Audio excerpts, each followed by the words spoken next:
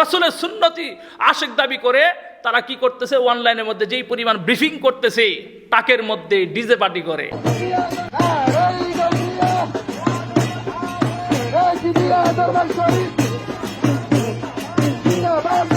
আজকের যে মূল আলোচনার বিষয় 12 তারিখ রবিউল আউয়াল মাস, এই দিনকে কেন্দ্র করে নবীজি সাল্লাল্লাহু আলাইহি ওয়াসাল্লামের জন্মদিনকে কেন্দ্র করে আমরা যেই পরিমাণ আনন্দ করি, প্রকৃতপক্ষে ইতিহাস যদি আমরা দেখতে যাই, আমরা যদি ইতিহাসগুলোকে তালাশ করি, পৃথিবীর কোন ইতিহাসবিদ এই কথা উল্লেখ করতে পারবে না যে রাসূল সাল্লাল্লাহু আলাইহি ওয়াসাল্লাম 12 তারিখে জন্মগ্রহণ করেছে। এটার ব্যাপারে ইত্তেফাক কেউ নেই।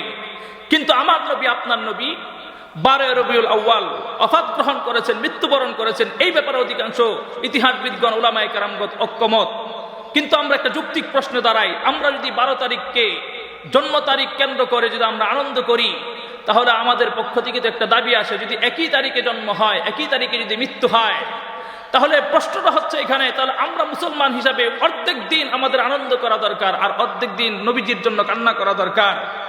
কিন্তু দোস্ত, নবী আসছে, এই আনন্দে আমরা আনন্দিত, নবী চলে গেছে আমরা তার জন্য কাঁদবো না, এর চাইতে বড় বোকামি আমাদের জন্য কিছু হতে পারে না।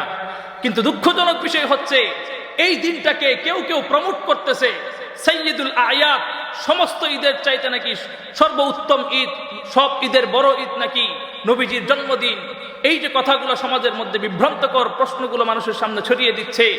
কিন্তু দেখেন, যারা আজকে এই কাজগুলো করতেছে তাদেরকে মসজিদে খুঁজে পাওয়া যায় না। যারা আজকে এই কাজগুলো করতেছে তাদের আজকের ইতিহাসগুলো দেখেন, আজকের অনলাইনে ভিডিওগুলো দেখেন। যারা আশিক রাসূল, রাসূলের সুন্নতি আশিক দাবি করে তারা কি করতেছে, অনলাইনের মধ্যে যেই পরিমাণ ব্রিফিং করতেছে তাকের মধ্যে ডিজে পার্টি করে। আমরা তো দেখতে পারতেছি যে তারা সমাজটাকে কলুষিত করতে করতে এমন পর্যায়ে নিচ্ছে। আর কয়েকদিন এভাবে খোলামেলা চলতে থাকলে আমরা যদি এদেরকে আঁকড়ায় না ধরি, তাহলে ভবিষ্যতে তারা মমতাজকে ফেল করবে।